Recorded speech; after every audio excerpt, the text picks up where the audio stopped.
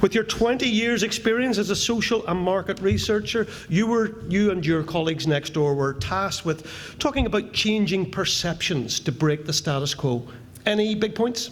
I guess first thing, Mark, just to say quickly, we didn't have so much time to cover all the questions, so thank you very much to everybody who joined the discussions.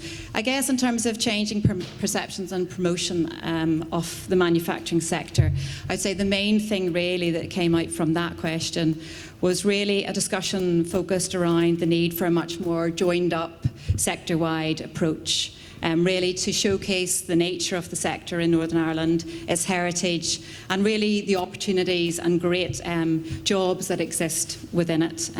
There was mention of resources and activities and things that are currently underway in relation to manufacturing in Northern Ireland, but really a sense that people didn't necessarily know about all of those and their need for something that helps to consolidate and showcase that type of activity and opportunity. And you talked about education, education, education. We did.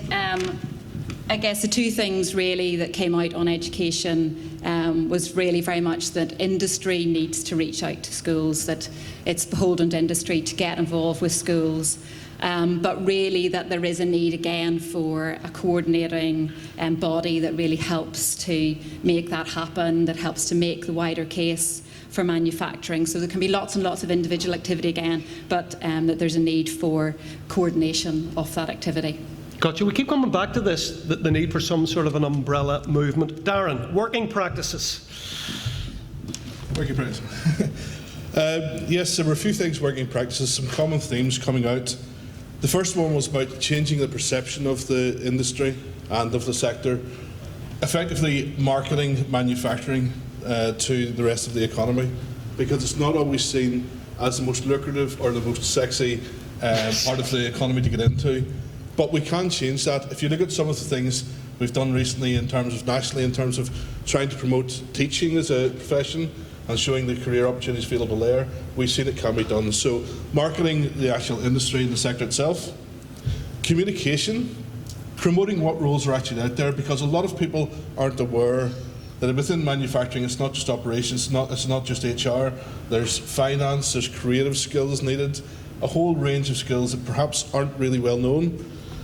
And also to promote the salaries, to show people that it's actually worthwhile. You can have a good and well rewarding career working within manufacturing, and what the stepping stones to those careers are. In terms of culture, which again, working practice, what we can do about the culture, things like flexible working practices, flexible working hours, the stuff that other industries have already taken on board, and we're seeing typically, and in some cases quite justifiably, as being a bit behind the curve on. A more reflective environment for people to come and work in. You know, young people coming in the industry, they're used to nice, clean environments, they're used to a certain level of facilities, and in my experience, they're not always available. Job rotation.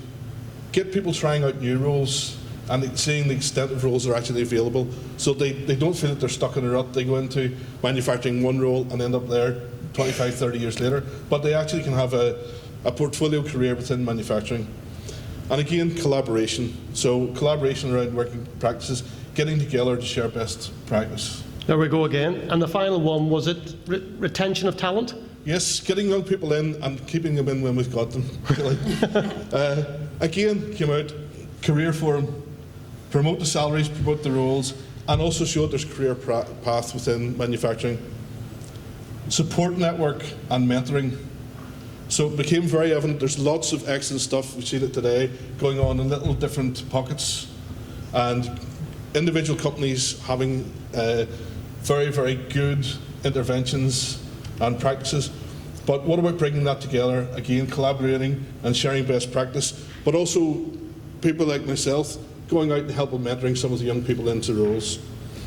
Moving with the times. This is a bit of a controversial one. When you reach my age, you still think you're very young, and you think you know what young people want, but you actually don't. So let's involve the young people. Let's go out and actually talk to them and see what they want. How can we make manufacturing more applicable to them and more interesting to them? Communicate the successes. So whenever things go right, Let's get the vehicle for getting those successes out and talk about how successful Northern Ireland is. Again, going back to the film industry, talking up the successes in it has brought more and more business into Northern Ireland. Let's do the same for manufacturing, because we have some world-class companies. When we've got people in, make them feel valued. Sounds very simple, but it's not. I think the overarching themes were centralise. Let's stop doing lots of good stuff individually. Let's try to find a body for moving forward. We talked about a manufacturing champion, and celebrate our successes and make our own buzz about the industry, because nobody else is going to do it for us. A manufacturing champion? What do you mean by that? Somebody that actually has a role and a voice that can act on behalf of the whole sector. Okay. With government, with other stakeholders, and with schools as a key point of contact. Oh, I like it. Ladies and gentlemen, thank you very much to the Blue Dots. Thank you to Ruth and Darren. Appreciate it. It's a really interesting idea. Right.